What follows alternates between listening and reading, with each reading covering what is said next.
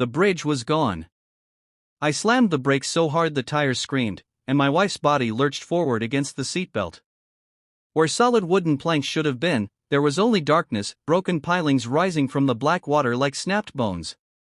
Beside me, Catherine clutched her chest, her face drained of color, her breathing shallow and uneven. Panic clawed at my throat. And then, from somewhere behind us, near the end of our driveway, I heard it. Laughter. Linda Fairbanks was laughing. She had destroyed the only way off our property on the very night my wife was having a cardiac emergency. What she didn't realize was that my security cameras had captured every second. And what she really didn't know was that my wife was the governor of North Carolina. Before the next part begins, let me know where you're watching from. Drop a comment below. And if you want more stories like this, hit subscribe. Now, let me take you back to how this all started. 6 weeks earlier, Catherine and I had moved into a quiet lakeside home in Lakeview Shores, just outside Raleigh. The house sat on a narrow peninsula, accessible only by a private wooden bridge that crossed a shallow inlet. It was meant to be our refuge, a place where the governor of North Carolina could simply be my wife of 28 years. To the neighbors, we were just the Mercers. The house had its quirks. The bridge was one of them, old, weathered, but solid. It had stood for 3 decades without issue. Still, I installed security cameras the first week. Old habits die hard when your spouse has spent a career in public office. You learn early to document everything. Our neighbor, George Whitman, stopped by with a bottle of wine and a warning. "Watch out for Linda Fairbanks," he said quietly, even though no one else was around. "She's been HOA president for 15 years. Thinks she owns this place." He told me the last family who crossed her ended up selling their house just to escape. I thanked him and shrugged it off. I'd handled difficult people my entire life. 2 weeks later, I understood exactly what he meant. A letter arrived from the HOA, signed by Linda Fairbanks. It demanded an architectural review of our bridge. According to her, it failed current safety standards and needed to be demolished and rebuilt to approved specifications. I checked the records. The bridge was grandfathered under the original HOA charter. It had passed a certified structural inspection 3 years earlier. I emailed her politely, attaching the documentation. She never replied. But that week, a white sedan began appearing near our property late at night. Sometimes someone sat inside. Sometimes it was empty. Catherine noticed it too. "Some things never change," she said with a tired smile. What we didn't understand yet was that Linda Fairbanks wasn't just hostile. She was dangerous. And Catherine's heart condition, the arrhythmia she'd managed carefully for years, was about to put us directly in Linda's sights. A month after we moved in, Linda summoned me to a special HOA hearing. Catherine was in Raleigh for budget meetings, so I went alone. The room was small and airless. 5 board members sat behind a folding table, watching me like I was on trial. Linda sat in the center, reading glasses perched on her nose, papers stacked neatly in front of her. "Mr. Mercer," she began, without greeting, "your bridge has been deemed non-compliant with community safety standards. You have 30 days to demolish and rebuild it." I kept my voice steady. "The bridge is grandfathered. It passed inspection 3 years ago. I have the paperwork." She didn't blink. "Rules change. Adapt or face consequences." I asked for the regulation I'd violated. I asked for the engineering report. I asked for the specifications she wanted. Linda smiled thinly. "That information will be provided later."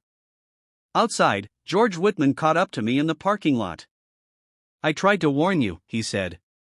"Linda doesn't lose." He told me about the Hendersons. About fences, fines, and eventually selling their home at a loss. "Document everything," he said. "And don't expect her to play fair." The harassment began the next week. Daily violation notices.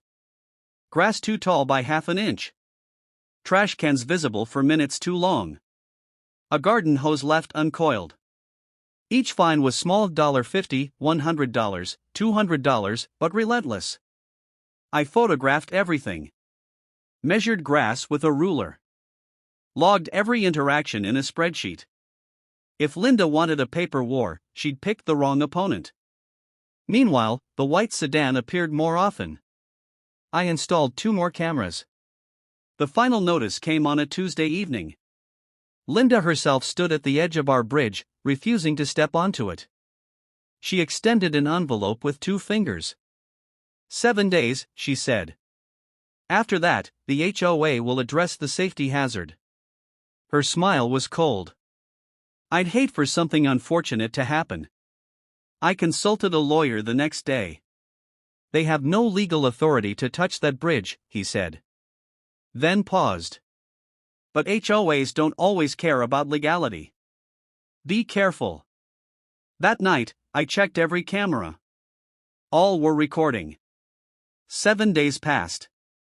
On the 8th night, at 2:47 a.m., I woke to Catherine gasping for air. Her hand clutched her chest, sweat soaking her skin. "Daniel," she whispered.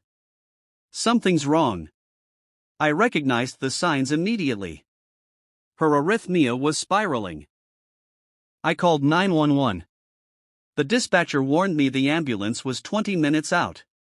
"If you can drive her, it may be faster." I helped Catherine into the car and sped down the driveway. The headlights hit water. Then shattered posts. Then nothing. The bridge was gone. Not damaged. Destroyed. I slammed the brakes. Catherine moaned beside me. Then I heard it. Laughter. I turned to see a car parked 50 meters away, headlights off. Linda Fairbanks stood beside it, arms crossed, watching. "My wife is dying," I shouted. "You should have followed the rules," she replied calmly. "Actions have consequences." I ran back to Catherine and called 911 again. "The bridge has been destroyed. My wife is having a cardiac emergency. We're trapped."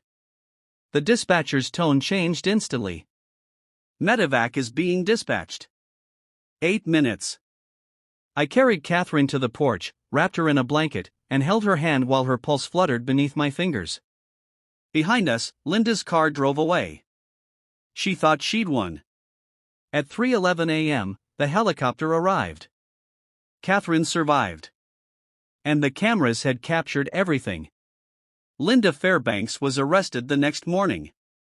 The footage told the whole story. And by the time the trial ended 6 months later, her reign and her freedom were over. The bridge was rebuilt stronger than before. And every morning, as the sun rises over the water, it stands as proof that no HOA president, no matter how powerful, gets to decide who lives and who doesn't.